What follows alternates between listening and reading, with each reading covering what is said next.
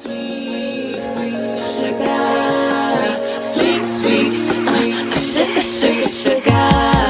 Going round, you might drown in this caramel carousel. Come compound in this account, give me the generator. Will built to last, so kiss my ass, don't miss my cup. Just fill my glass with intellect, cash in class. Maybe a dash, perhaps of divine, strictly by design. From All right, so yeah, that was a technical difficulty, but we are in fact live now. So trying to adjust Jen's camera there. Might put you two on top. There we go. Put you on top, me on bottom. There we go. Just the way we like it. You just wanted to. Welcome everybody. I am the ringleader of this shit show circus. This is Monday Munch. We're here every Monday to talk about all things fun and relationships and other nonsense. And kink and LGBT and all those other things. This week is insecurity and trust. Something about not letting it mess up your relationship or something. So the official is insecurity and trust. Stop suspicion from ruining your relationship. So hopefully we'll get some shit figured out and help you figure some shit out if you're here. And above me is Jen. And she's right here too, but she's above me. So, I'm going to hide her. There you go. See?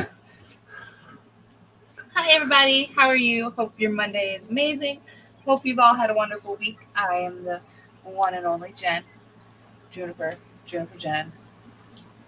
I'm very happy to be here talking about what's our topic again? Insecurity and trust. So I think this is going to be a good, solid conversation this evening. If you guys want to join in, feel free. The chat is open and we'd love to hear what you guys have to say. I know most of them aren't going to be here for like the next 4 minutes, but anybody that watches this later, hi. And above me over here.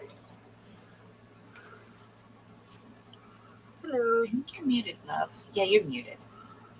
No, it doesn't show Ray's muted. I don't know. Are you there? Lips are moving. We can right here. Hold on, let me try. All right, I unmuted you. Let me see. Can you hear me now? It's really low. Her volume's down. Do you see it? Oh, yep. Hold on. Now try. Oh, you moved me around. Now you're on top of me. Oh, I turned it down. I turned my speakers down. I'm an idiot. The intro was really loud, so like, yeah. All right. Well, I'm Ray. Hi. Nice to meet you. Welcome to the fun. I know we still got a few minutes for the regulars pop in, but we do this Monday Munch thing every Monday, you guys. If there's anybody new in town, hi.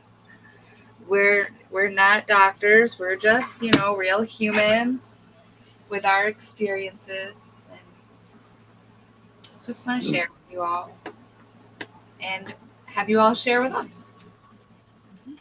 Manage our way through life together.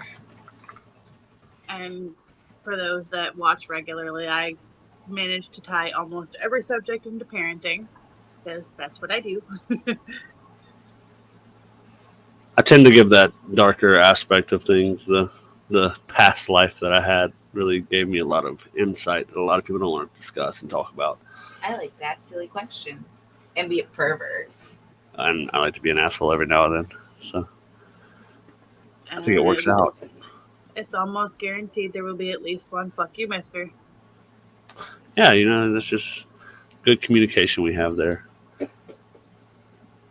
My pothead friends are happy. That was 4 minutes and 20 seconds this time, I was just going to say, I think that's a new record for early.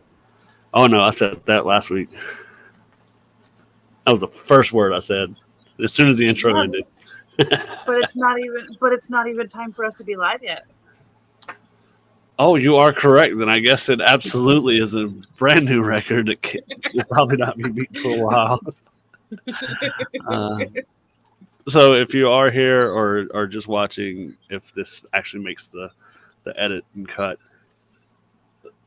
excuse me, We normally don't start for another minute now. It was about 6 minutes early.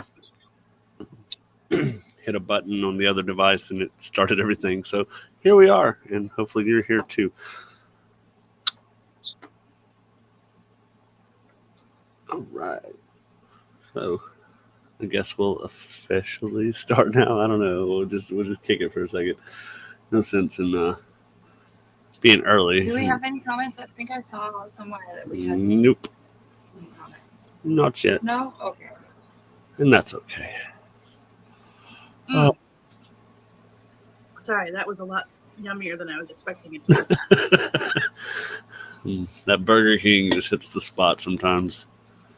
Oh, it's not Burger King anymore, darling. No, it's even better. Even better. Today it is cream soda with salted caramel whiskey and apple pie moonshine. Better than Burger King. Having it your way, baby, aren't you? Oh, man. That's the best part. So as we said earlier, what you got? And to tie it back into kink, your way is the best way to have that too. That's right. That's right. 'Cause as Sunny says, kink is customizable.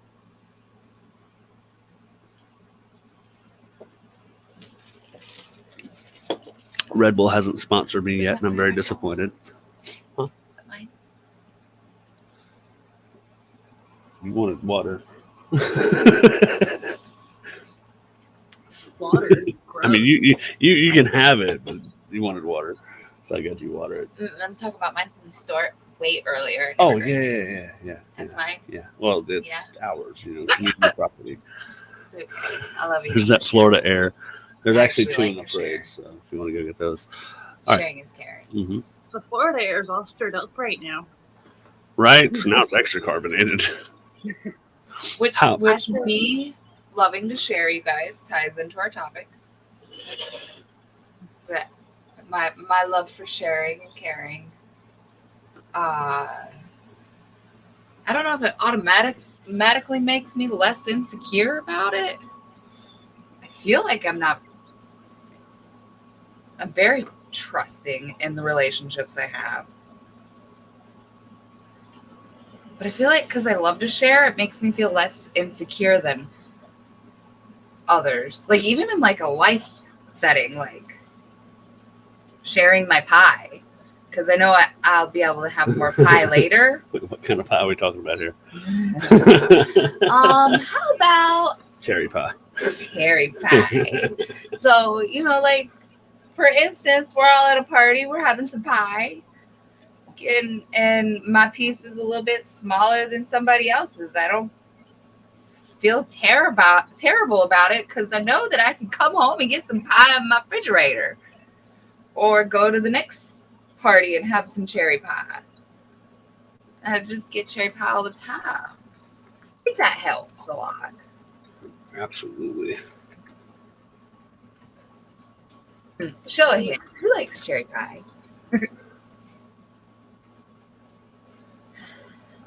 See, I share a lot too. Like, I've had the nickname in a lot of friend circles. My nickname's been TMI. I can't imagine. Oh, no, never.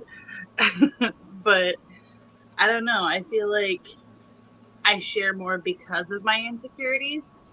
Like, that is one of my things, is over-explaining. Mm-hmm. Makes sense.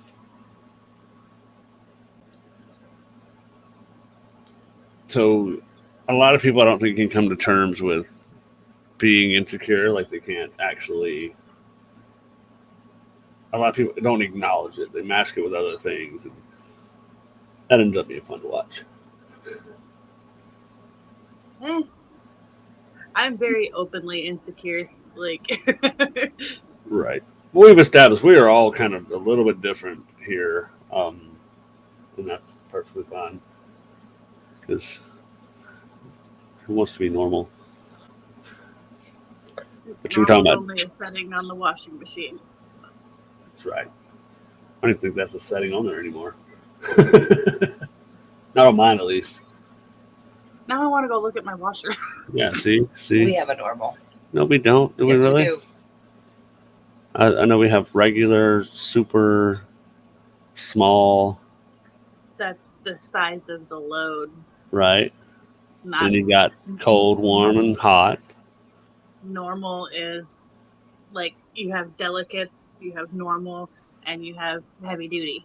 I think we got black, and we got colors, No, white, that's right.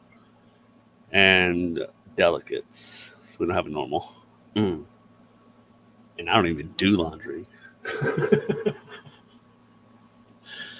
It's okay. Keep in mind, we will. I'll absolutely have to throw up a picture of this in an edit to see who's right and who's wrong. The one that doesn't do laundry, or the one that does all the laundry. So let's see how that works out. But you said you're very trusting in relationships. I remember when we met, I explained to you that to me, trust is given. It's not something you earn. A lot of people, I feel like they get that wrong. You don't earn somebody's trust. You should trust people from the beginning, and if they give you a reason to break it, then it kind of shatters like glass. It's not very easy to put back together. A scenario that I have used with my children. I'm already fucking doing it, y'all. Parenting. A scenario I have used with my children when talking about breaking trust. It's like trust is like a glass plate. You drop it, it shatters. No matter what you do, you can put the pieces back together, but it's never going to be quite the same. That's a good analogy there. That makes sense. Yeah, I've seen relationships overcome infidelity and stuff like that. It's never quite the same, like you said, but it's possible to forgive and forget. Now, going with the same plate analogy, you see, I don't remember what country does it, but like where they'll glue a ceramic base back together with veins of gold. Japan. That to me, thank you. That to me is like when you take the time, you do the things you need to do to rebuild the relationship, you're not putting it back the same, you're rebuilding it better.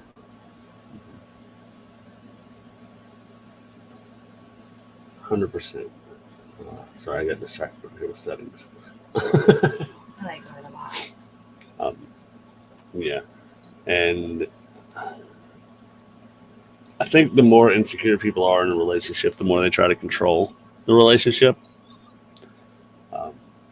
That's just You can only control you and your own actions within your body and your brain. You can't control somebody else.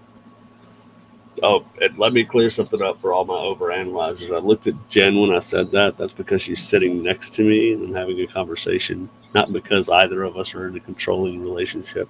Just wanted to clarify that. Yeah. Some people overanalyze the fuck out of that. And go fuck yourself. But yeah, so insecurity often leads to suspicion. Lots of noises happen. Oh, you're fine. No, I dropped something over there and something over here. But insecurity often leads to suspicion. Projection is a big thing in relationships. I know like people doing wrong and they tend to project that onto the others. That was always my thing. When I was doing wrong, I project like a motherfucker. I mean, that applies to not necessarily doing things that are wrong too. Like I know for one, I have projected a lot of my insecurities onto other people, but I'm self-aware enough to catch myself in it and take that step back and then let my partner know, hey, that was me coming through there. That ain't shit to do with you. I got to work on that some more. Yeah. And that's you being open and honest and upfront from the very beginning and just taking all those steps so the other person knows. Mm-hmm. I need to go look at my Facebook because Facebook sent me a notification I need to start my live. And you can eat a dick if I'm not live.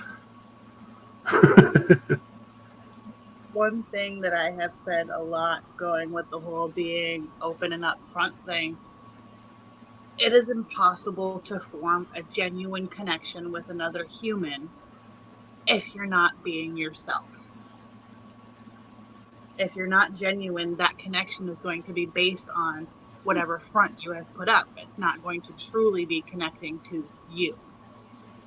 Right. Sorry, I am paying attention and listening. I'm just making sure everything went live like it was supposed to, just because it went early. That may be why nobody watches this shit sometimes, because they don't know it's on.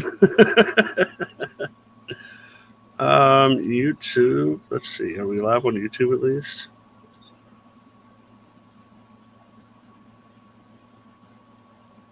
Yes, we are live on YouTube. Okay, so I guess I'll pop live up on my Facebook and tell these fuckers to come over to YouTube.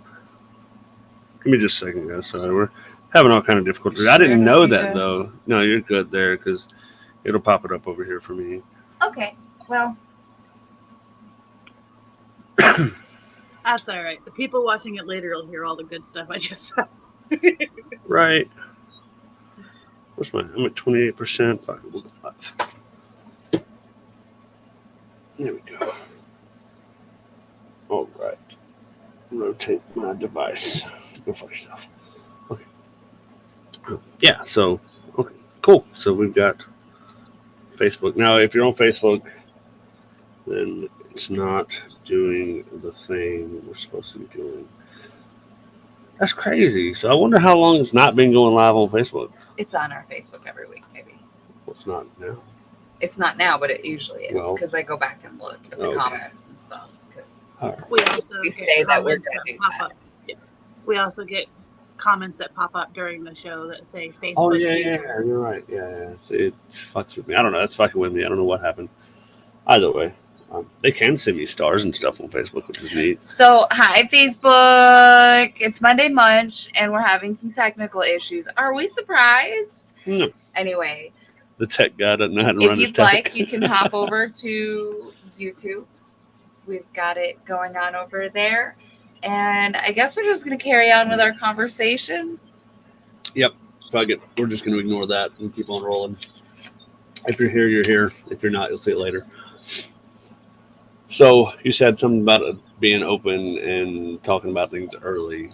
When you and I, we've discussed it many times on here, but when you and I first met, we didn't have that intention of being a relationship or even going beyond coworkers, honestly. And so that led to a level of honesty that is beyond anything I've ever had in a relationship. I mean, it was nice to have that foundation, though. We were honestly perverts. Oh, pervert, absolutely. But we were pretty raw with each other. Especially when we got to living together. Histories and Different kind of raw. I'm gonna get kicked off social media one day. I can't wait. But no, like, because like I told you, I was polyamorous when we met and all that stuff, and that was the first time that I ended up in a relationship with somebody where they knew that from go. It was really my first relationship after my last serious one before you that I discovered that about myself, and it was nice to just be able to say it. Like I said, I posted the other day, I go into press conference mode, getting ready for a million questions whenever they're coming. I can just about answer them before they ask. with 21 questions, and they all about us. That sounded really bad. We do not do karaoke on Monday so Munch. much better. Sounded so much better in my head. That's okay. We'll listen to it later, and then I'll make a clip out of it, and we'll just make you a viral sensation. I mean, I'm fairly open even with friends fairly early on. I mean, I don't know. Was I open with you guys early on? Yeah. Pretty much, yeah. Probably There are Jen some more things. than me because I wasn't around very much. But There are some things that come out later, but PTSD is fun. surprise! Surprise! I've got trauma. Just a little bit. Just a little bit. So I think, and I get a lot of crap for this. I think that insecurity, in relationships comes much later in life than childhood. I think that comes from like as you get older and you hit that boyfriend girlfriend dating age. Um, Now there are influences from our childhood, of course, but for the most part, your lack of trust in partners and the things that they're doing has to stem from more from shitty relationships when you were younger. So, Yes and no. So, go ahead, Jen. what about? I'm sorry. Go ahead. No, go ahead. What about like like the examples you had in your life? I saw that stuff happening very young. I had a table of people this morning with kids at the table, and they were just talking about somebody else's relationship and how awful it was and how they were surprised they were still together. And like I thought about how that was probably influencing those kids, and it's just crazy how I think it comes from all of it, mister. You can't say just from couples. No, I didn't say just Or from just it. I from don't think it's being- I don't think it's majority influenced by childhood behavior. It does matter how you've been treated, though. Now Which- I'm speaking specifically in relationships, not as a person, like on your own personal level of what you're secure in and how you feel about certain things. right, but you Honestly, I agree with Jen. A lot of it does start from childhood. Your primary formative relationships, even like between a child and a parent, forms a lot in your brain of what you expect out of future partners. Mhm. I'll stand corrected in that you're because I'm thinking of instances when I was a kid and it's kind of you're also in that spongy brain phase where you're absorbing all of the things in life that's going on around you. Like you're Some would say I still have a spongy brain.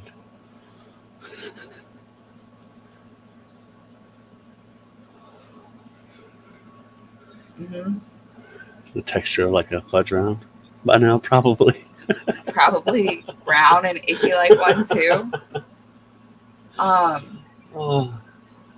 I don't know, like, so it all depends, because it can impact you both in a positive and negative way. I mean, Mhm. I was told how handsome I was my whole life, and then I figured out a lot of my family were fucking liars, and then so that made me doubt that shit too.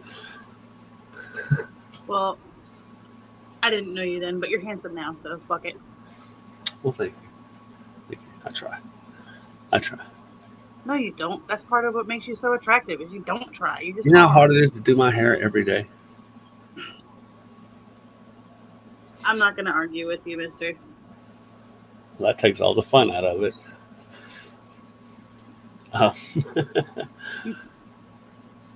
Oh, so let's get a little trauma dumping from me real quick. Not even dumping; it's not even like that serious. But when I in my first relationship, the girl had told me specifically the only thing I would ever be good at and be valued for is sex.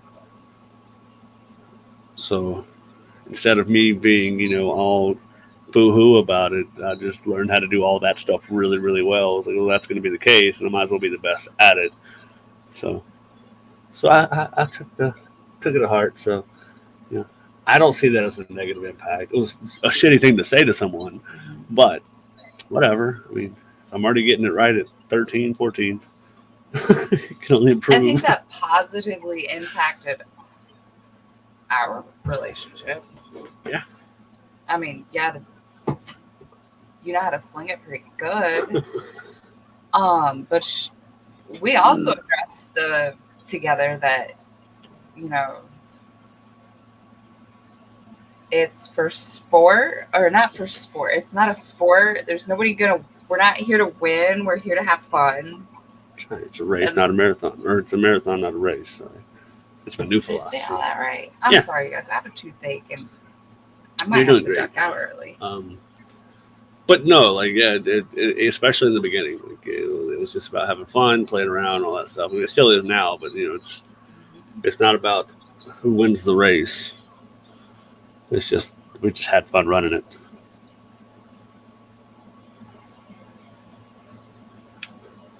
What else was there? There was something else in there. I don't know. I just want to say thank you, Ashley. You've improved the lives of tens and tens of women.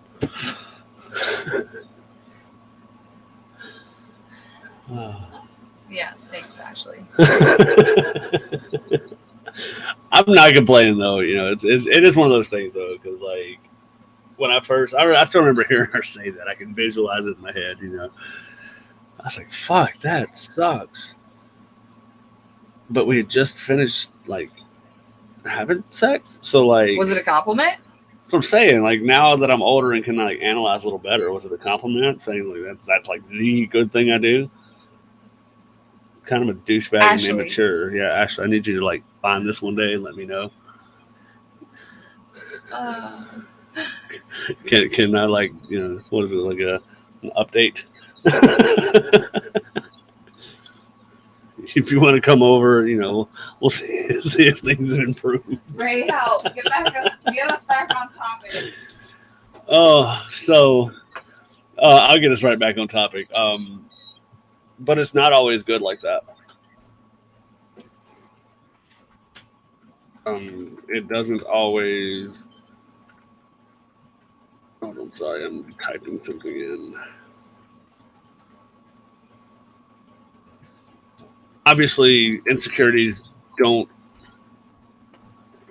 as we've proven so far, they don't have to be negative, but which is kind of strange to say. Like, I know an insecurity should be something you're feeling negative about, but at the same time, go ahead. An insecurity in and of itself is neither positive nor negative.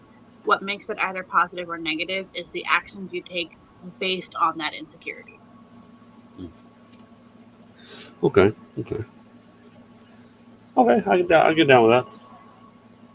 So in theory, there are 4 main attachment styles, or insecure attachment styles. And there's a really good book called Attached that like breaks down like polyamorous people and attachment, stuff like that. So that's a really good book too, to check out. But the 4 like most common are an anxious attachment, which is constantly being worried about relationships and needing reassurance and worrying about abandonment, feeling clingy and jealous and all those things.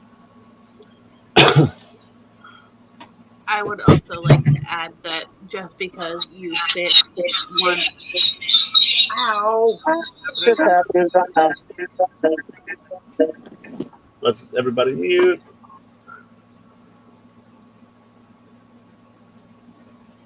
Okay. So, I knocked your shit down. So what I was trying to say there for a second,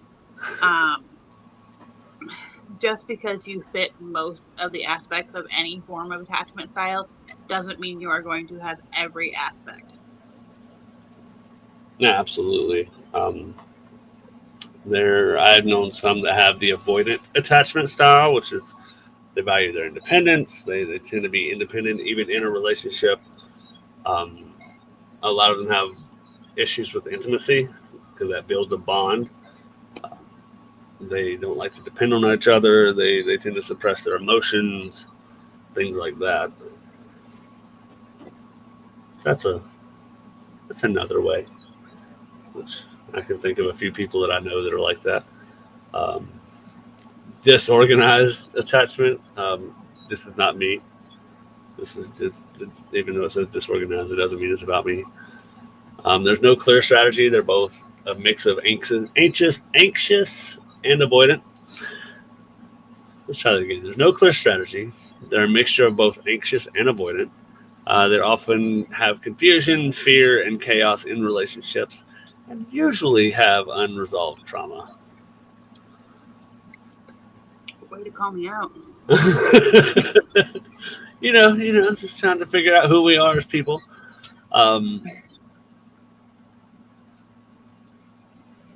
The fearful avoidant is wanting intimacy but tends to fear rejection, approaches then withdrawals from partner, tends to have hot and cold behavior, and then has difficulty trusting. Now, there are more attachment styles than that. You can be one of any of those. You can be all of them. You can be none of them. A little Whatever. quarter scoop of every one of them. Make up your little muffin recipe. So the 5 most common reasons. Insecure attachment muffin. But the 5 most common reasons that this happens is childhood neglect, abuse, or trauma. Tending to grow up with unreliable or inconsistent caregivers.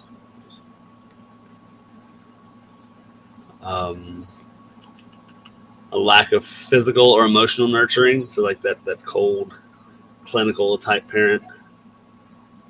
We're watching Big Bang, so think Leonard's mom.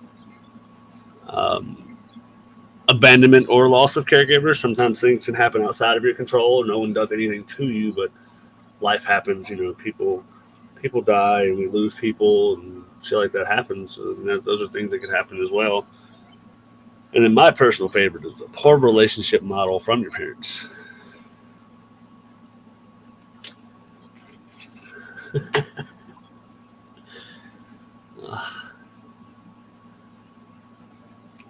We awful quiet over here, everybody. What's going on? We feeling called out today, or? So like the divorce rate in the we're all like growing up in the 90s. Mhm. This little group of us, but the divorce rate at that point in time was on its way up to skyrocketing. I think it was. Oh, shit. Yeah, look at it. Look up our divorce rates and see what we were dealing with for influence. To throw in some dark humor while he's looking that up, you know what the leading cause of divorce is, right? Marriage. Marriage. Sorry, that is the only joke that's not a motherfucking joke. I didn't mean to take it away from you, but No, you're good. grr. I'm used to people taking things away from me. Wow, that's gonna not happen. There we go. Welcome to this. Oh, I love you. There we go. Actually, what's neat, so I'm looking at a chart. This is from 2019. There's actually one that's even more updated, but we're not getting into all that shit. This most recent one I can see right now is from 2021. So per 1,000 people,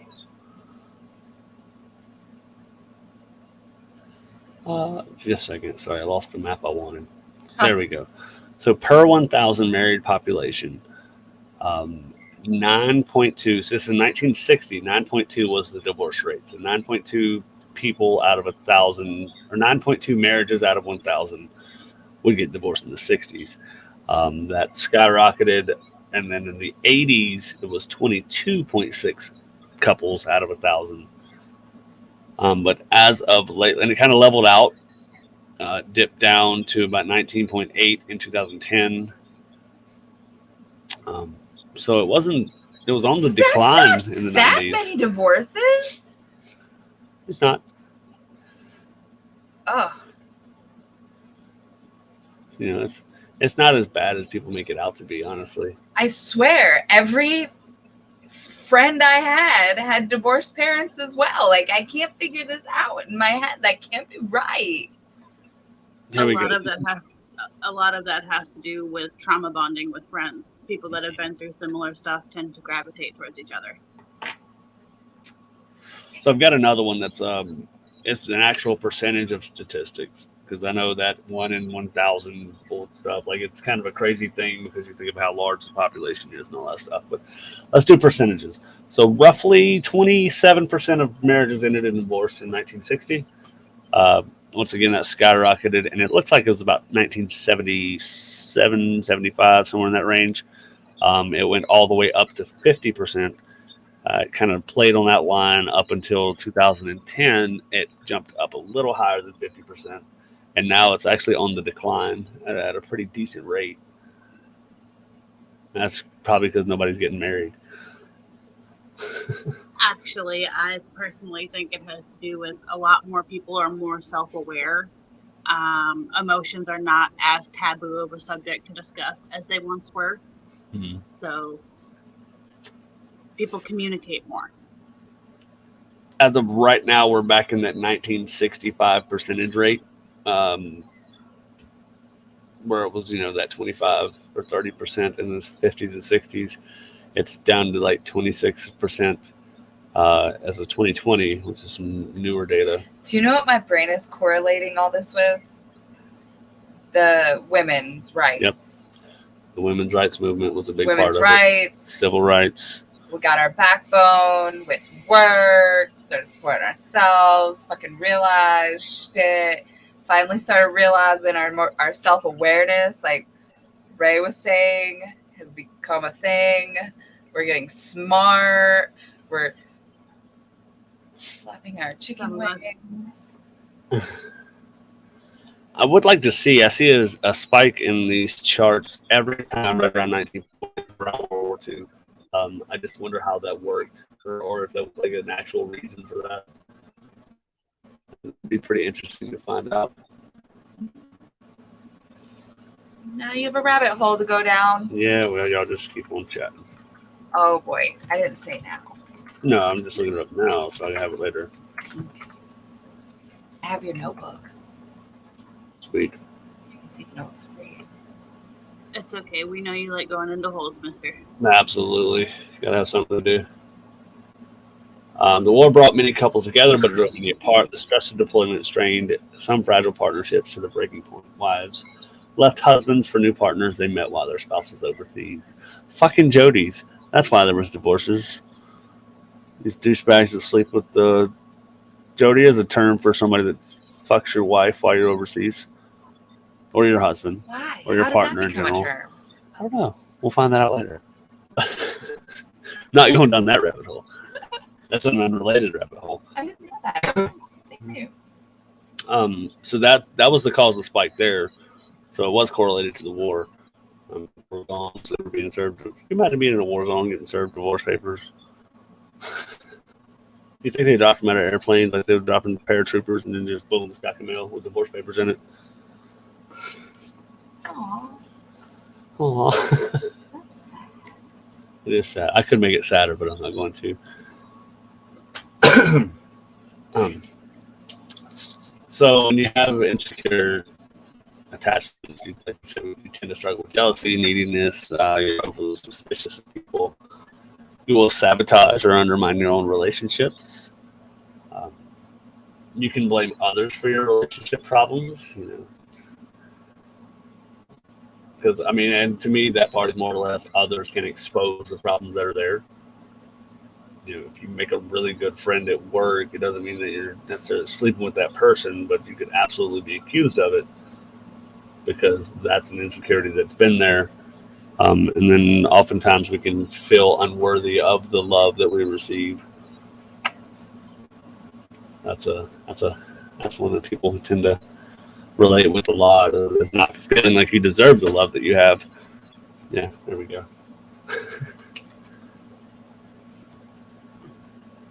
What's this? Here you go. Okay.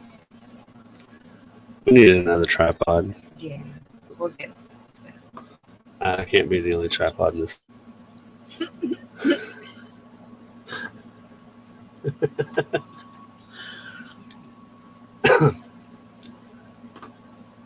So, if you're feeling insecure, you can always try therapy.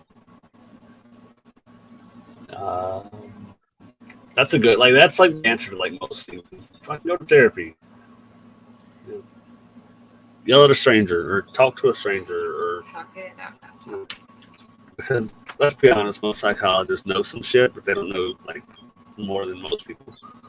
It just depends on how exposed you've been to things. Psychology is all based on personal experience, and that's what I love about it. Is whatever psychologist you go see, or psychiatrist, or therapist, or whatever, their answer is going to be different from the next one because of what they've experienced. and how they're influenced by it. So take everything you hear with a grain of salt, but it is important to go there and speak to someone. Therapy in and of itself is not necessarily a be-all, end-all solution. It depends on what you take out of it and what you put into practice out of it. Like, if you just go talk to somebody, it might help a little bit, but if you actually learn the tools and use the tools and continue working on yourself, it's a lifelong process. I heard you mention that book earlier, Mister. Attached. That's a really amazing book to read through because, and correct me if I'm wrong, but I'm pretty sure she walks you through different like scenarios between like Yes, that was the book that made me different go relationships. called and the fuck out. people. No, that was Polysecure. Polysecure Oh. is, there's a book on non-monogamy, specifically about non-monogamous relationships and insecurity. It's called Polysecure, and she was giving examples through that. Is the book you're thinking of? Really good book. My point being though is there's a lot of good self-help books, self-help podcasts that are free and at your fingertips to indulge in, and yeah, All of this, of course, should be done on your own time. No matter what tools are out there, if you're not ready to use them, they aren't going to help you. Oh, yeah. it's pretty nice not to have those icky feelings. I hope you'll be ready to use those tools soon if you need to. It is also completely okay to have all of the tools, and then all of a sudden life throws you a curveball and you don't know which fucking tool to use. Oh, that's something that happens.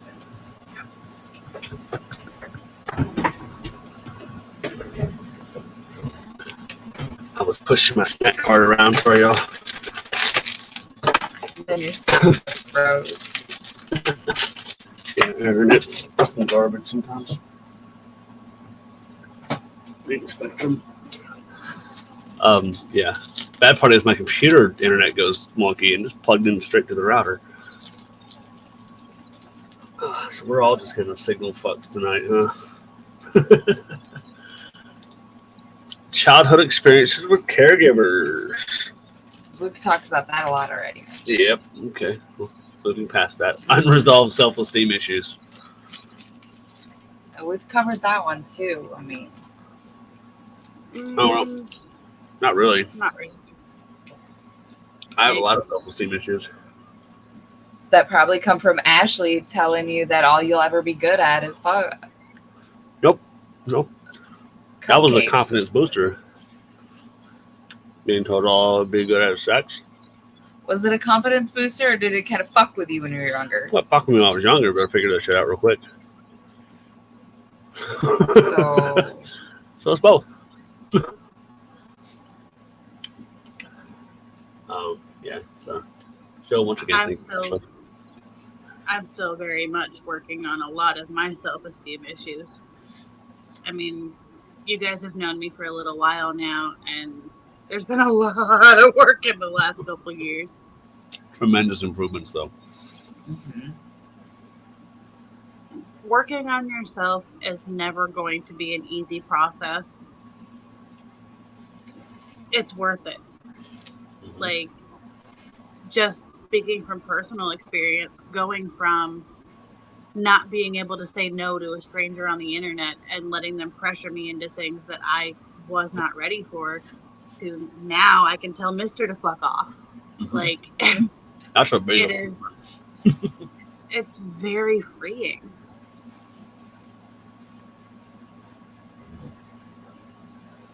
Mhm. Mine are all superficial. Okay, you laugh, but me senses a bit of deflection there, darling. Oh, absolutely. Like, I mean, I can talk shit about me I can take people talking shit about me, but it still doesn't mean I like my smile anymore. It still doesn't mean I like my body style anymore. It's just those kind of things. Like, I know there are issues, but I don't let them bother me, if that makes sense.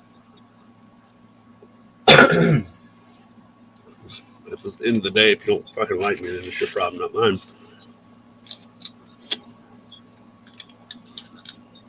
That is another interesting thing to touch on to you. Like, no matter what you're doing to work on yourself, you can't control someone else's opinion of you. One of my favorite quotes is, someone else's opinion of you is not your business. I love that. I think about that all the time. If you want to make it my business, that's fine. I'm meaner than you are, I promise.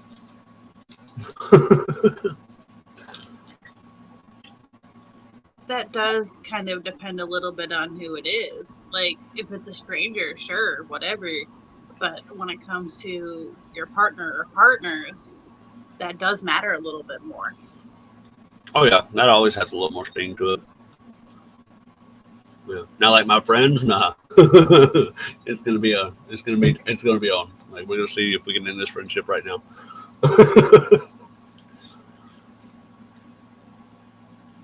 Explain yourself. What? If my boys start talking shit and trying to make fun of me, it's on. Like, okay. Like, talk shit, know get what, hit. yeah, I know what you're insecure about. Let me go ahead and let everybody know what you're insecure about. It's like that's right. It's like when that one told me that I was getting fat, and I told him every time I fucked his girlfriend, she made me a pie. He didn't like that. Still like my best comeback ever.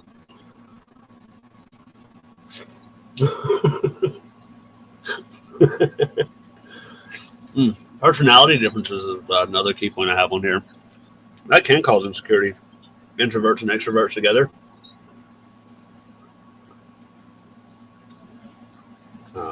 It can if you let it. Yeah. Well, right. I mean, like, if your friend's going out to parties and having fun and going out drinking all the time, it could lead you to feel like you're not enough or you're not enjoyable enough. You don't ever feel like you're too much. Oh, I am too much. But in the same sense, somebody It's that's not like, that I'm not enough. You're just too fucking much. well, in the same sense though, somebody that's an introvert, that extrovert could look at them and go, how do they find so I'm much peace both. within themselves? You know, how can they just sit at home and not do anything? It's, you know, Not who's validating them? Doing things.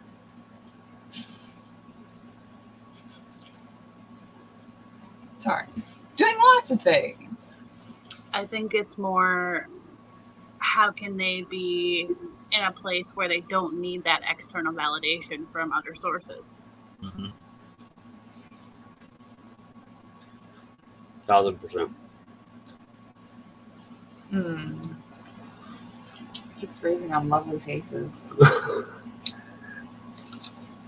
So I need to fix your Wi-Fi. You always connect to the wrong one. Let's hope.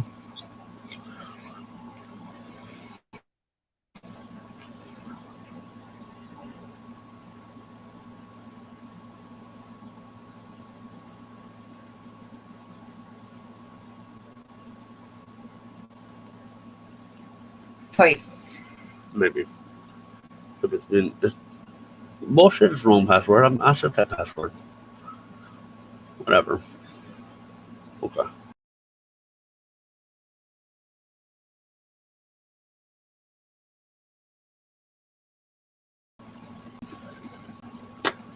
Oh, it wasn't the wrong password. My internet decided to shit out again. It usually does that around this time though. Fucking Spectrum, get your shit together. It's like an hour mark on the StreamYard.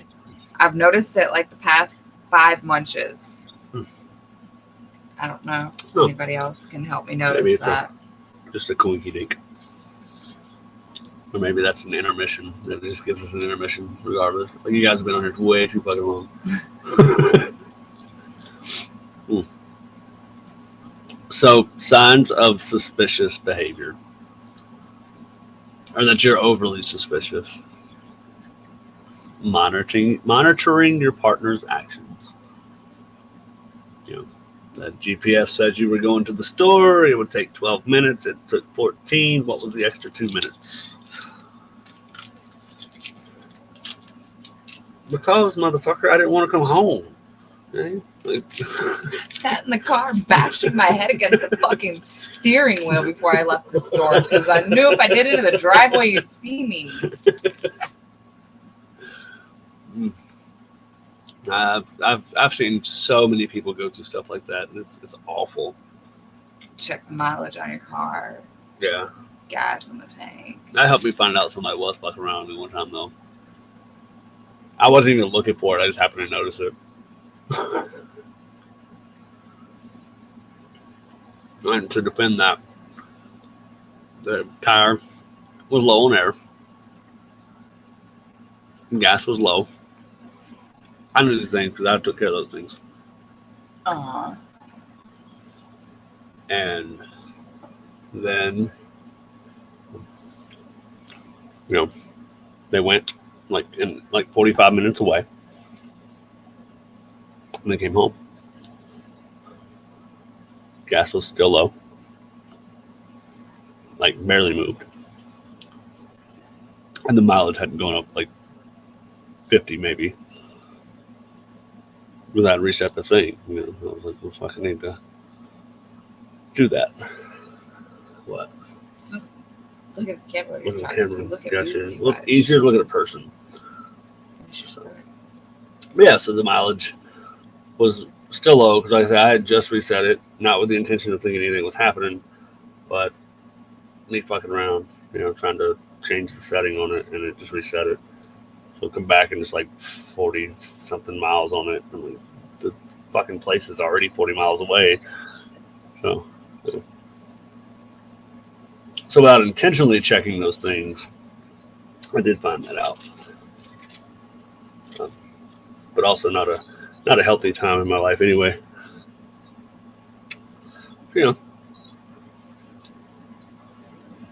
Going through messages, emails, and call logs. See, that's one thing that I have to be completely open about, especially with being an adult content creator. Like, if a partner of mine didn't know what I do for a living and went through my messages, Surprise! that'd be fun. Like, no, I don't really give a shit about this dude that I've been sexting for the last 3 hours. He paid me $200. Right. Okay. I'd sex a dude for 3 hours if he paid me $200. They don't want to do that with you. I'm really good at it though.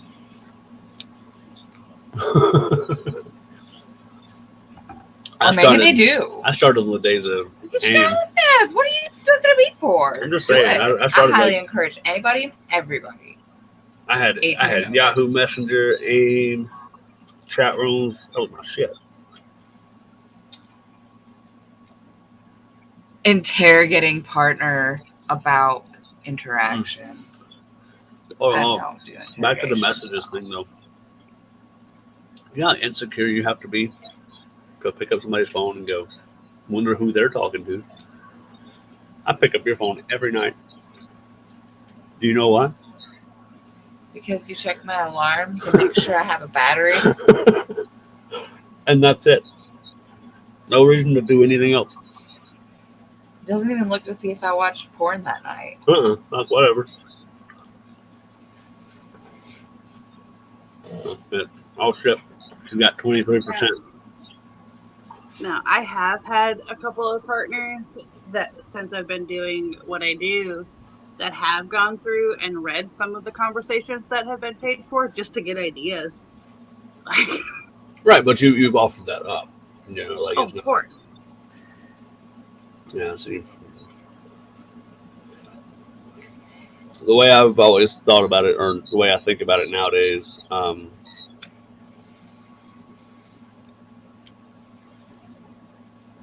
don't know. The way I think about it nowadays, though. Just 1 second. Hold on. How about we just kill this one?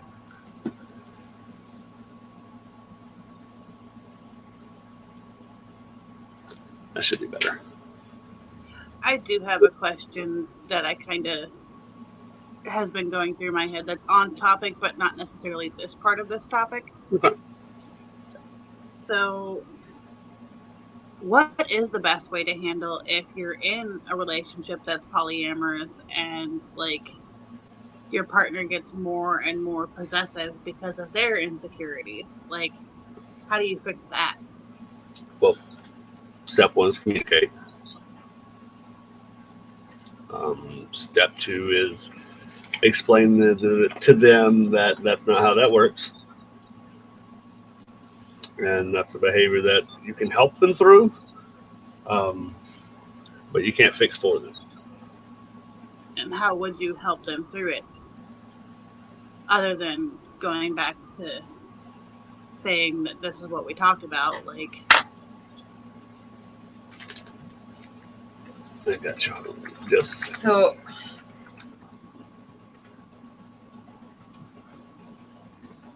my big thing is making sure that you're keeping your boundaries in check with the other partner.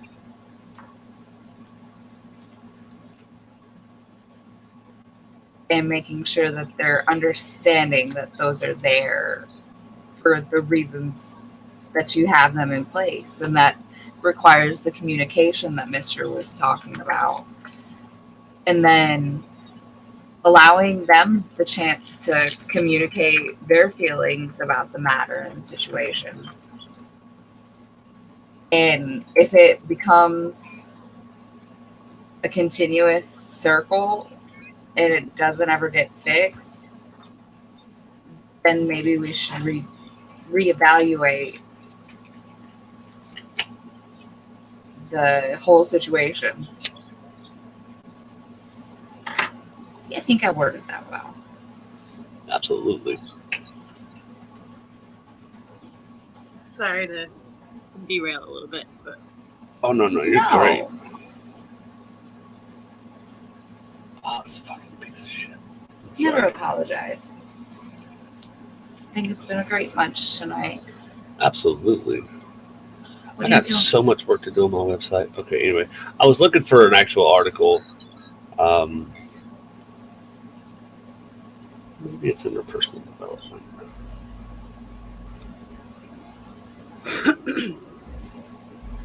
How do you know when to draw that line?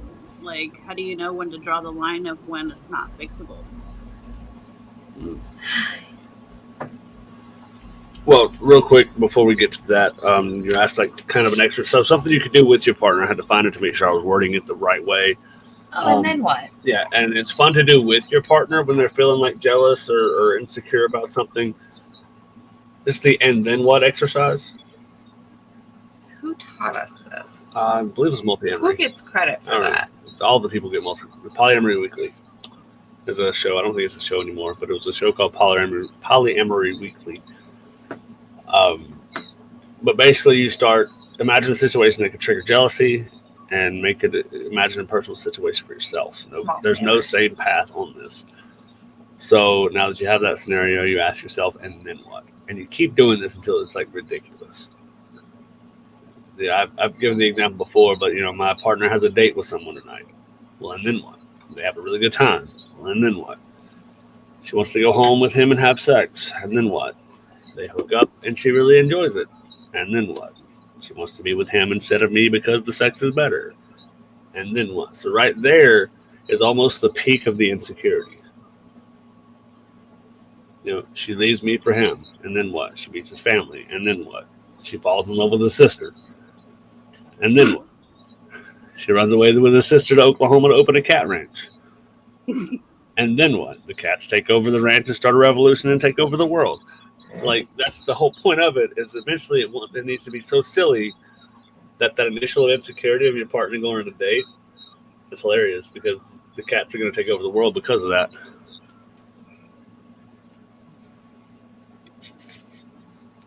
Okay. So that's a good one to do there. There's so much work to do on this website. Mm-hmm. But as far as knowing when to draw those lines, you'll know. If you already feel it, you know. You know, I don't know how else to put it. You know your own boundaries. Yeah. And if that person is to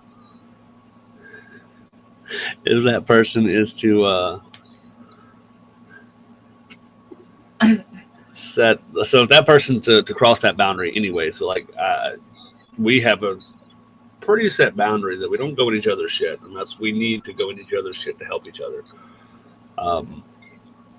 But that's a boundary that we both kind of have. I don't go through your messages, and I don't feel like, you know, it's not fair to you. It's not something you want. I don't care, but I'd rather not. You know, it's just, it allows each person to still have their own private life. But those boundaries that you set, once they're set, you know, we've talked about it before in our boundaries episode of knowing that you are the only person that can change them. And you should only change them because you want to.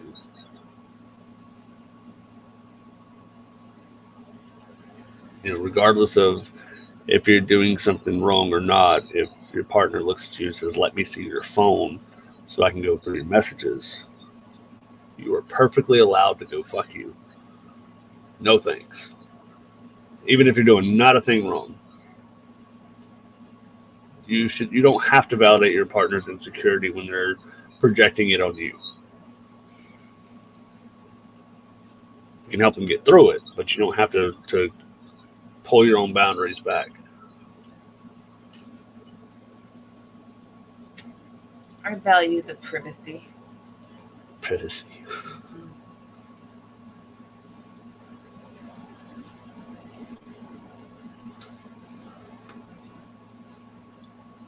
Did that answer the question? Because I totally forgot what the question was.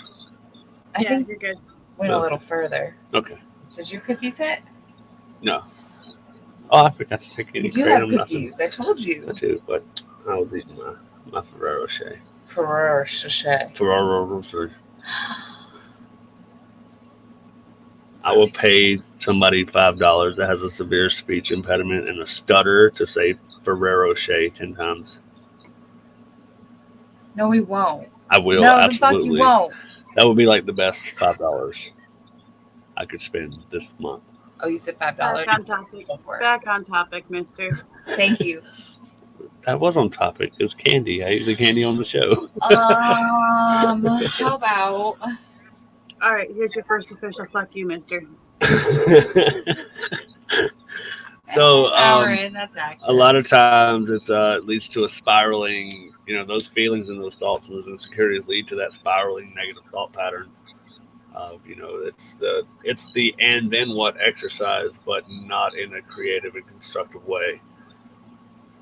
You know, it's not, you're not doing it to help yourself. You're doing it to validate the anxiety and the negative feelings you have.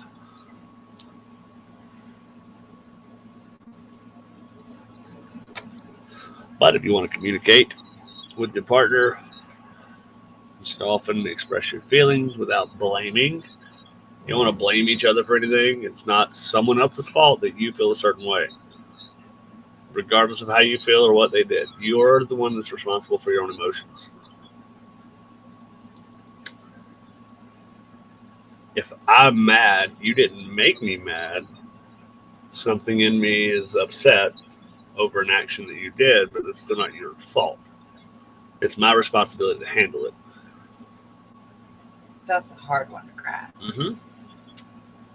It's tough. I mean, it's hard to deal with stuff like that. You know, I mean, Jesus, you scared me. Florida has entered the chat.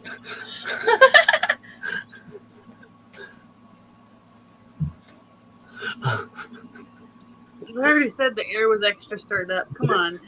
Like 5 miles up the road from me is still underwater. Come on.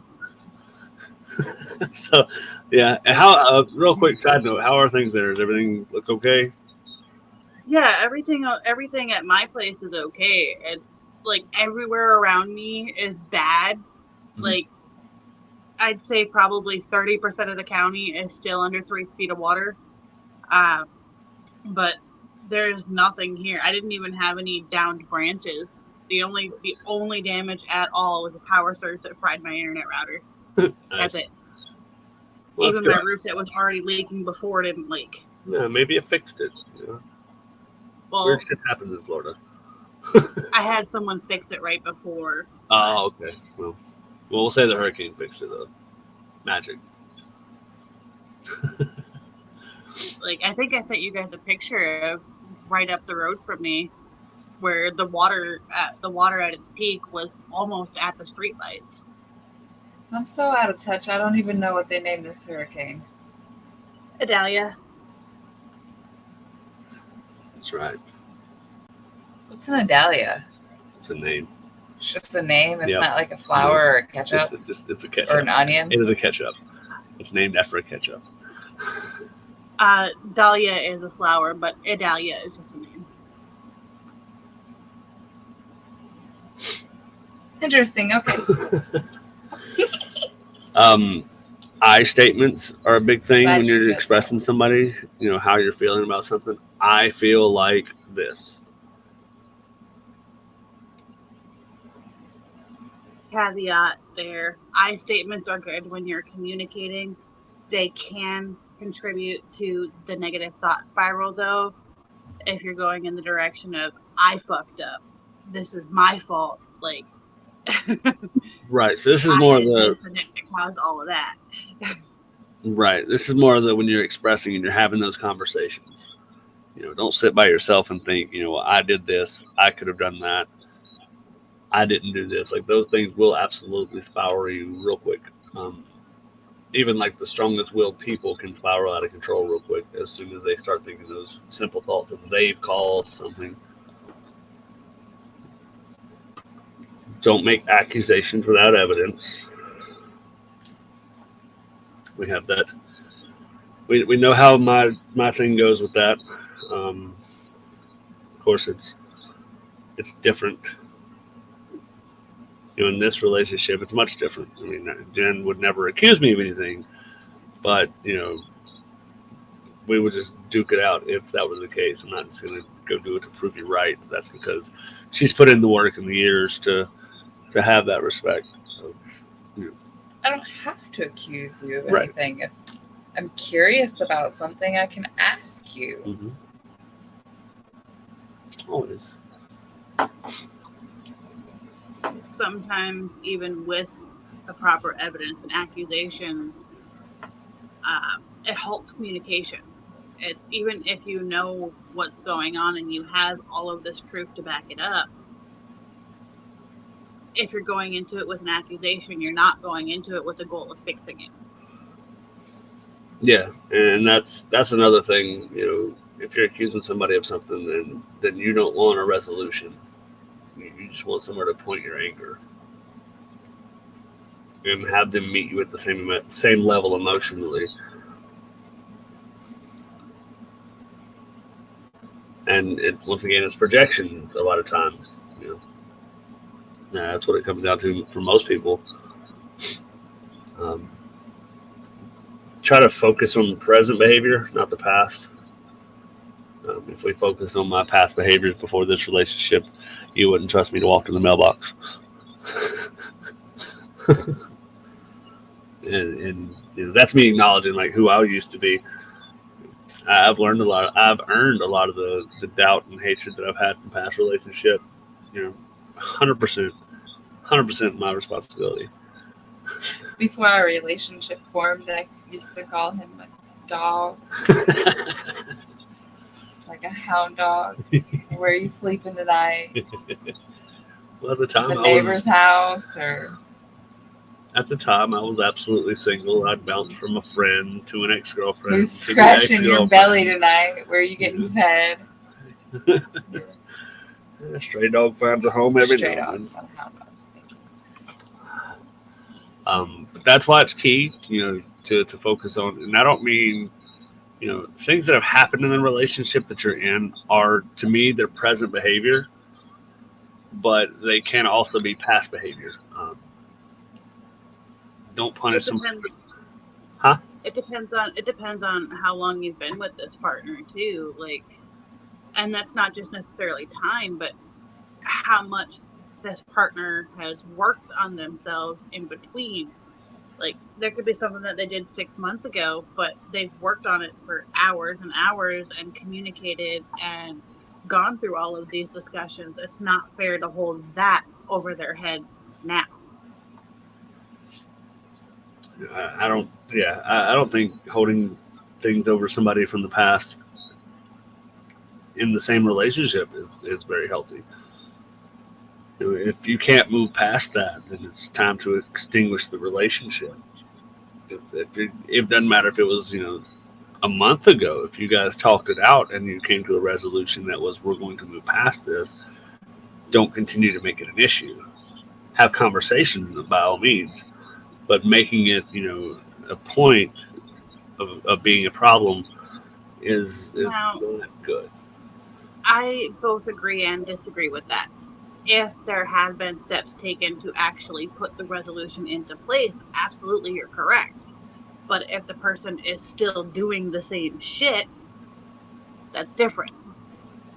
Right. If all the resolution was blowing smoke up your ass, that's different. 100%.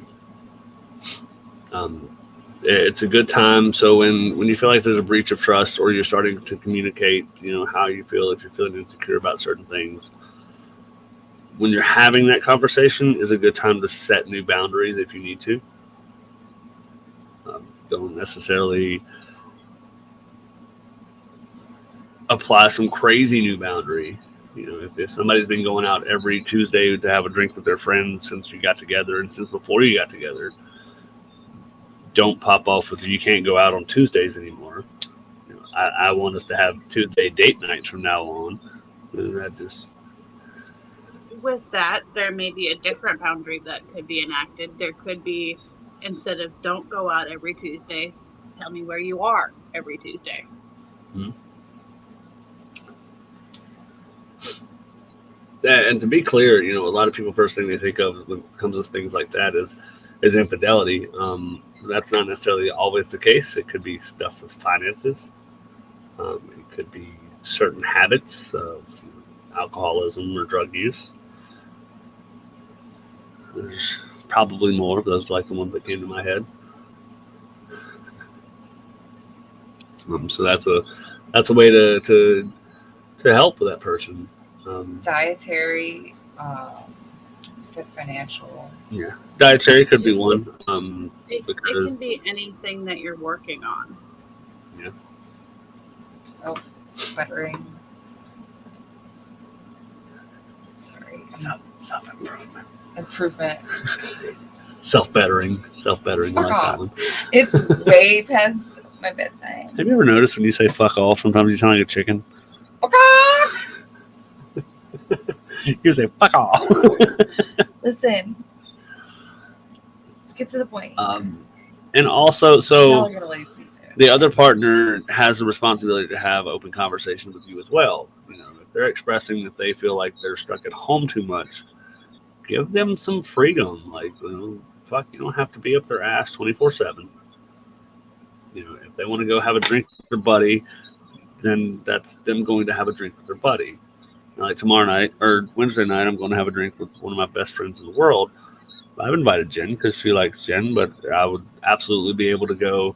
I'm going to go have a drink, just the two of us. You can come next time or whatever.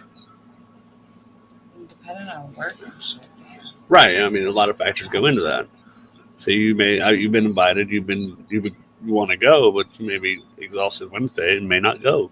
And either way, I'm still going to go have a couple drinks and bring my ass home.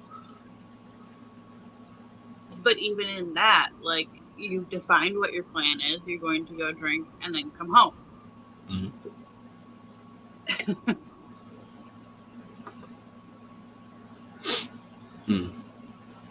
I'm sleepy. Were you to go drink and then not show up and not communicate? That would raise another need for communication. Mm-hmm. Right. And I love it because we personally don't have that, you need to be home by 2 a.m. I'm going to be home when I get home. Like, I don't know what time it may You be. need to be home safely. Yeah. I mean, I do have to be home by like 4 so I can get you up, but Well, right. you know, like stuff like that. But you know, But that's what I'm stern about. she'd rather me sit there until 3 a.m. and sober up if I got too drunk than, you know, and then come home and get her up rather than drive home early and be drunk. I don't drive drunk at all anyway. That's like my own personal boundary. It's like my own personal rule. It's not even a boundary. Like, I don't drink and drive. And that is absolutely a boundary in future relationships, though. I have a zero policy for that. Scared me with that this time. Why? I'm really jumpy today. Little dragon coming out every now and then. But yeah, you know, drinking and driving my partners is absolutely, you know, after a previous relationship has become a boundary that I'm not willing to bend on. You know, I don't drink and drive either. I don't drive. you got one of them little scooter things? No. Do you know in North Carolina you can get a DUI on one of those? Yep. You can't get one on a horse, though. The horse can drive itself. That's why they justify that. That's great. If you're too drunk to drive, you might fall off the horse anyway, so you know. Exactly, but the horse is still going to take his ass home, ain't he? That's a personal boundary for me as well. The drinking and driving, like that doesn't just apply to relationships. Mhm. My friend circle stopped having card nights at my house because I had a rule that if you were going to have more than 2 drinks, I took your keys. That's fair. The last card night, I ended up with like 8 bottles left here because everybody had 1 drink out of the bottle that they brought and left it here because they didn't want the open container in their car. Now, I let my friends make their own judgment calls. I can tell when you're too drunk, but me at a .07, I've seen me at a legal limit in North Carolina, and I'm sloshed. Okay. See, for me personally, like if I'm at one of their houses, cool. But at my house, it's different. Like that is a very, very firm boundary. Like I've even one time I had a friend that was insisting on driving home, and I threw their keys in my backyard. When you're sober enough to find them, you can drive home. My drunk ass would have been out there trying to look anyway. I would have eventually found them. I'd have been like a dog, though. I'd have been like playing fast. I'd have brought her back to you. Do it again. Yeah, but my backyard's kind of a jungle. It's a hard task to find shit sober. Close to it. So something happens, and the trust in your relationship has somehow been broken or damaged. Once you've had the conversations and you know the plan and the process of what you're aiming towards, then it's on. So I want to figure out the best way to word this, because you have a partner that has acted in a way that's broken trust, and the other partner has been acted upon. The work comes from both sides, but I think the harder work comes from the person that was acted upon. Because you have to know how to let go of being on top of them like all the time, making sure they're not using this app, going to this place, whatever. So you have to heal that within yourself, of not checking their messages, checking their location, all that stuff. I've expressed before, I think it's weird as fuck this whole generation now wants each other's locations all the time, even friends. I'm like fuck out of here. Like, you'll know where I'm at when I tell you where I'm at. You know what? Let friends have each other's locations. Be less like sex trafficking. No. That's fine. I'm talking like I've seen fucking these younger kids like just hanging out. Like, well, where are they at right now? Like, fuck, it's none of your business. They're wherever they want to be. That is something that I did encounter with my oldest child. Their partner installed Life 360 on their phone. Like, That is we're a gonna change fantastic we're gonna- app to have for the right purposes. for the right purposes. Yes. I'm gonna change the subject now. But like my bestie that I'm meeting Wednesday, I have a live 360 with her. That was due to a potentially dangerous situation of where she may be going and all that stuff. Buddy system. But did you know I've only looked at that like once, and that was because like I had called and she didn't answer, and she was on this trip, and I was like, okay, did she go where she was supposed to go at least? Seeing she was in that vicinity, I was like, all right, fuck it, she's enjoying herself. I'll hit her up later. Well, that's different. There's a difference between having that for a safety reason and having that to monitor and keep tabs. I see it a lot with Snapchat, Snap Maps. People always have each other's location. It's so weird. Like I can look at people I don't even know and find them on the Snap Map. Like they're friends. Did you know that with the new Snapchat AI, even if you have your location disabled for Snapchat, it still knows it? Yep. And then it'll be like, I don't know your location, but here's some nearby restaurants. Yeah, I don't know where you are, but there's this, and this within 2 miles of you. Oh, are we getting gaslit by AI now? I don't even want to talk about that. Excuse me. Make amends for unreasonable behavior on your behalf. You know, the constant monitoring and things like that. The other person should be focused on fixing whatever they've done. That's their focus, is to make sure that the other partner knows, okay, this is not happening in a healthy way. But like I said, the person that's been acted upon, they have the harder journey, because then they have to decide, is this relationship worth keeping? Do I see the trust there? Are we making changes? Are we moving, are we moving forward in the way that we're supposed to be moving forward? And at that point, the hardest part is letting go of that distrust. Because at some point it becomes that. It's either, are you going to spend your whole relationship not trusting what they're doing, or are you going to just end it now and then find your own happiness?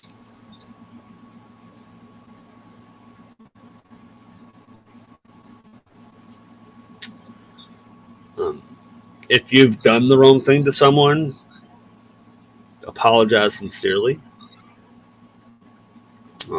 The person that's been acted upon, by no means do you need to apologize for, if you broke. Now I will say, you might get a little heat for this, but if you've broken a boundary and found something out, then you owe that person an apology for breaking that boundary. Regardless, if you go through your partner's phone and you find out they've been messaging, somebody that they're at work or school or whatever, and having an inappropriate relationship with them, but your boundaries are not to go through each other's stuff, then you still do owe that person an apology if you're going to continue to work on the relationship. I think that's a key thing, is knowing that you violated their boundary as well. All good? Yep. Okay.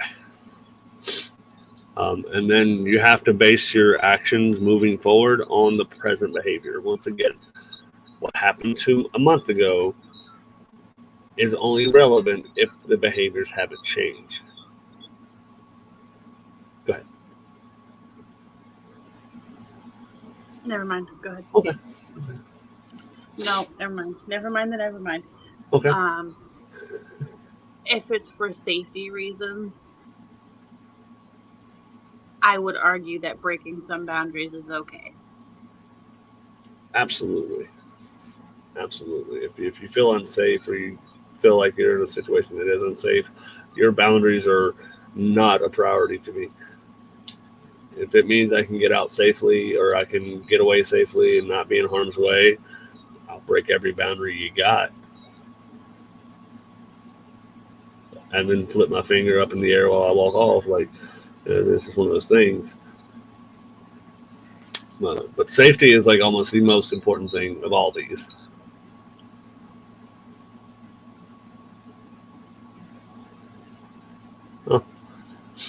So once whether the trust has never been broken or you're trying to repair trust, there are some key aspects to keeping that bond strong or building that bond stronger. Having consistent emotional availability. You know, what came to my mind in that scenario would be if you go out, you know, and you're out with the girls from work, or, you know, if you're a guy, or you know what, if you're out from the girls from work and you could be attracted to one of them or whatever, if your partner calls and you say, I love you every time you get off the phone, you still say, I love you. Like, you don't change that behavior because you're out with certain people. Make sure that you spend quality time together. That's another, even if it's laying in bed talking and watching TV, if that's what you deemed a quality time for yourself, then by all means, that's quality time. That's going to help you feel more secure and loved and understood. And some of those late night conversations can lead to like the most bonding moments without even realizing it.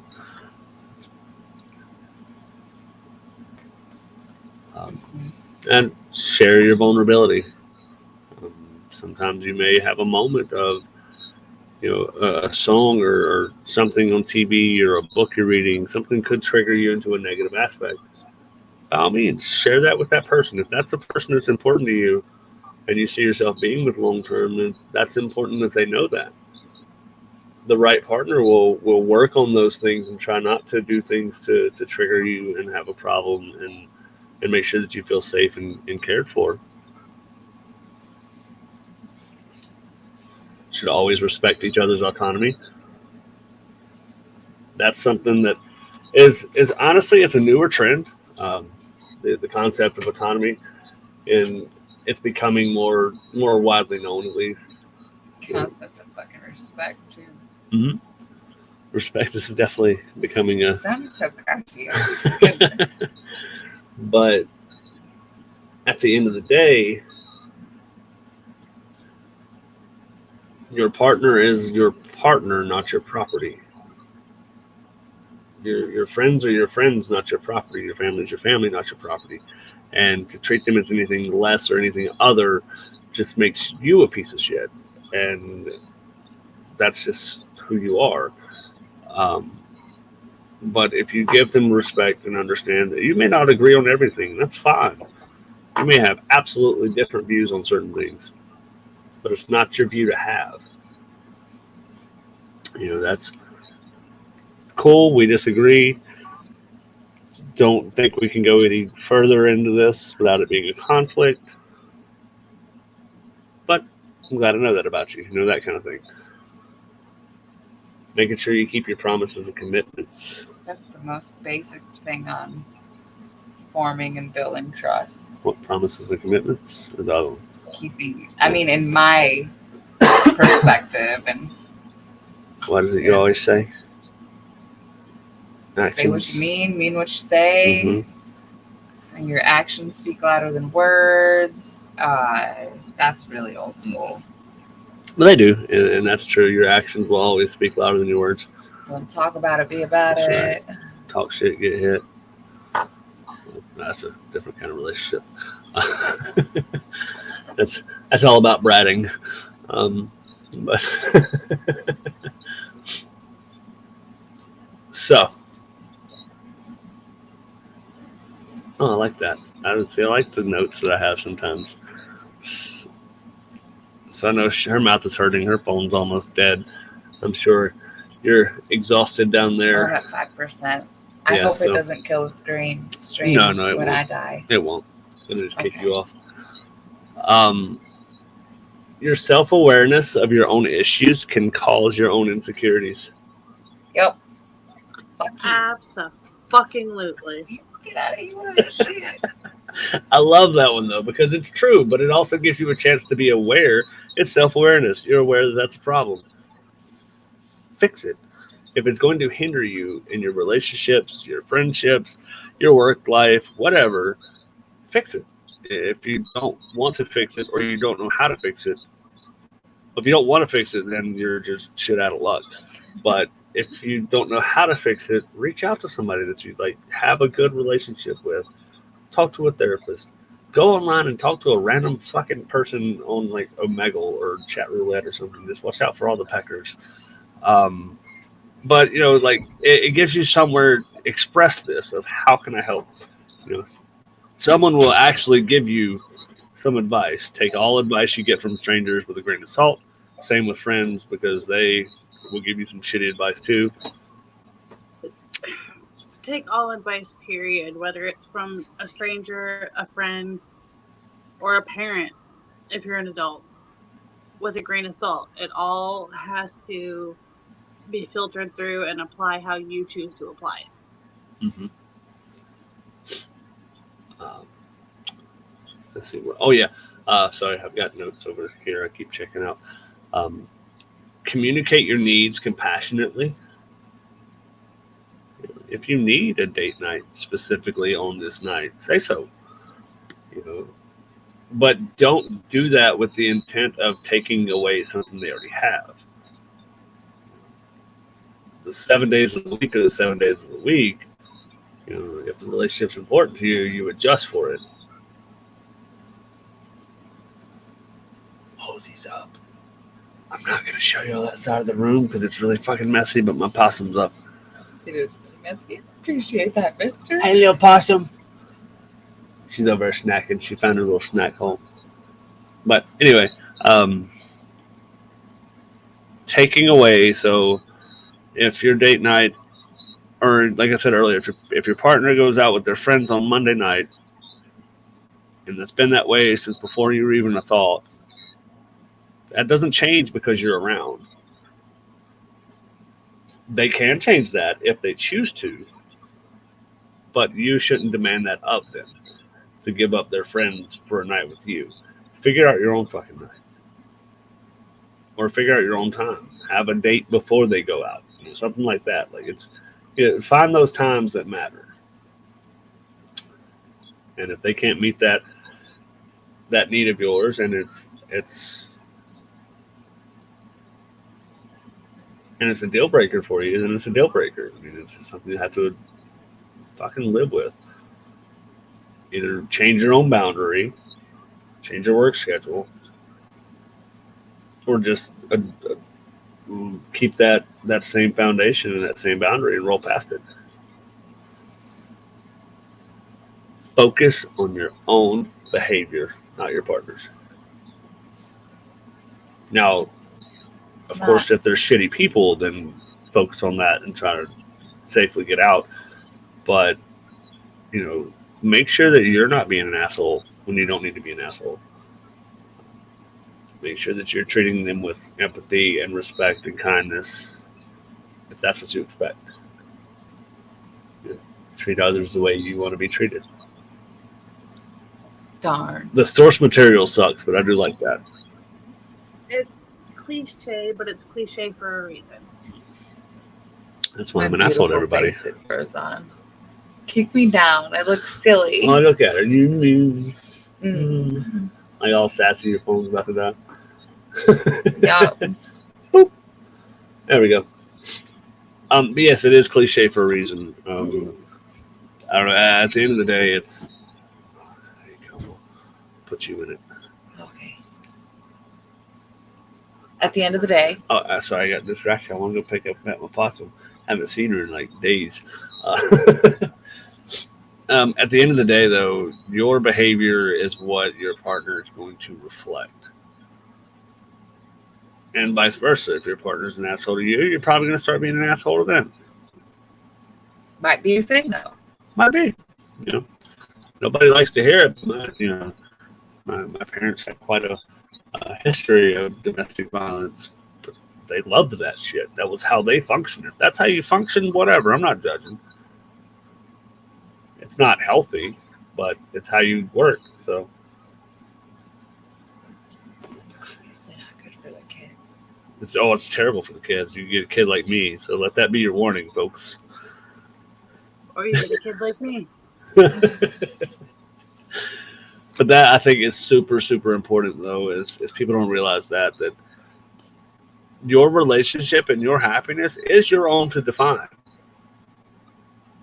And I think that's something that gets lost in all this whole, you know, Your partner shouldn't talk to you a certain way. Maybe you like that they talk to you that way. Maybe you like that they tell you you've done a shit job cleaning today. You should do it again. Like those kind of things. Like I don't, but That's where individuality comes into play. Like whatever works for you works for you. 1,000%. And you know, it really sounds bad because people are always like, you should leave your partner if they're abusive. Maybe I like that I walk in the door and they throw a frying pan in my forehead. Like my dodge game is good. I'm going to stop you for a second. Okay. You should absolutely leave your partner if there is unwanted things like that. There you go. If it is wanted, it is not abuse. I think my parents had a thing for that. I really do. They'd fight, separate for a day, and then come back to each other. Be happy for like 3 days and throw it out again. It's just like how it was. It just worked out. I'm cool with it. It worked. I got a Game Boy out of it one time. It's pretty nice. It was the clear purple one. And know that active healing takes time and effort from all parties involved if the relationship's going to continue. If it's not going to continue, you break it off, and that healing is on you, and it's still going to take time. And it's still going to take effort. That's all I got. It can be more challenging when you are trying to heal from something if the same actions are repeated again, but ultimately the healing aspect is still on you. It is still up to you to take that salt out of your wound. Absolutely. Like I said, the things that happen to you may not be your fault, but they are your responsibility to deal with.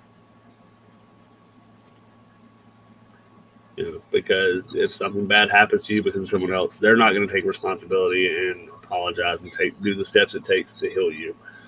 They're going to continue their own behavior of whatever it is. But if it happens to you, it's your responsibility to either cut that relationship short, mend that relationship, but most importantly, mend yourself first.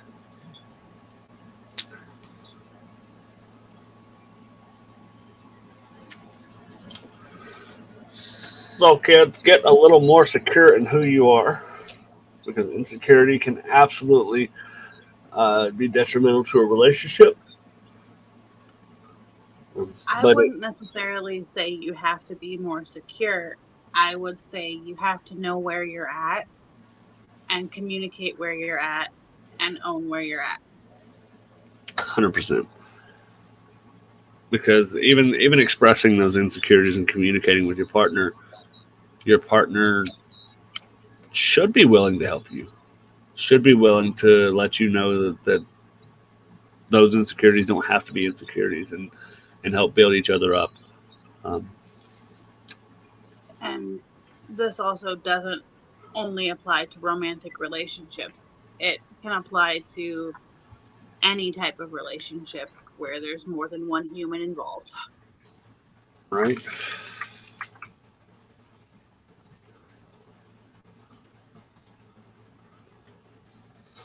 Looks like we'll be a little bit short tonight on the thing. I love it though. I don't mind being a little short of the episode. Might actually get some sleep tonight. That'll be nice. What is sleep? I know, right? So, do you have any closing thoughts there? My closing thoughts when it comes to insecurities is know yourself. Take the time to reflect. Take the time to know what you need to work on. You can't work on something if you haven't thought about even what you need to work on. It comes down to self-work before partner work. Like, yes, your partner can help you through things, but if you're not aware enough to tell them what you're working on, they can't. It's not possible. Right. Growth can only come from within. 100%. I love it. So I cheated a little bit. I had my notes or my closing thought written out. I was prepared this week. I really was, because like I know, you know, you said you had the hurricane going on, and Alice is sick. I hope they get better. I think Dream might be a little sick or just not here. Either way, I hope they're okay. So I was like, let me get this a little prepared. I got notes and all kinds of stuff. I might start doing this, kind of fun. But closing thoughts for me. In the end, trust is a choice. It's a vulnerable choice to believe in someone who could potentially hurt you, but it's also a choice that brings immense rewards when given to someone who cherishes it. If your suspicions are rooted in trauma, address those wounds first before projecting them onto your partner. If there are genuine trust issues, communicate with courage, set boundaries, and also give your partner the chance to rebuild that trust with their actions day by day before discounting the relationship. You can't force trust. It'll only backfire. The most powerful way to invite trust from your partner is to show yourself worthy of the trust as well. It's scary, but it's worth the leap of faith when you find somebody that wants to take a journey with you. And despite past hurts, don't deprive yourself of the gift of trusting again. Have compassion, because your partner will have imperfections, and hope that they have it for you as well, for yours. If you both choose to trust and choose to be trustworthy, then you can always build a relationship that will stand the test of insecurity and suspicions, jealousy and envy over time. Can I add to your closing thoughts real quick? 100%. Have compassion for yourself too. We're all human. We're all learning and growing. We're not always okay, and that's okay. Absolutely. I don't have the thing pulled up. I normally have the thing pulled up. What did I do? I think it's something about intimacy next week. I'll find that out though. And yeah, you know what? I'll find that out right now. Because I have things where they should be sometimes. See, it was a smooth opening as always, and then it was not so smooth opening. Yeah, okay. Emotional intimacy. Sandpaper. That's right, smooth as sandpaper. But emotional intimacy, reconnecting with deeper communications, and next week is going to be all about communication again. It's like that's an important thing to know or something. I don't know. It's almost like it's the heart of everything or some shit. What? Who would say that? Well, it is time for me to actually get some sleep. Holy shit, I'm excited. Jim's in the shower, so she'll be naked when she comes up. That'll be nice too. I have to pee again. Well, you go pee, and I love you all, and we'll see you next week. Bye.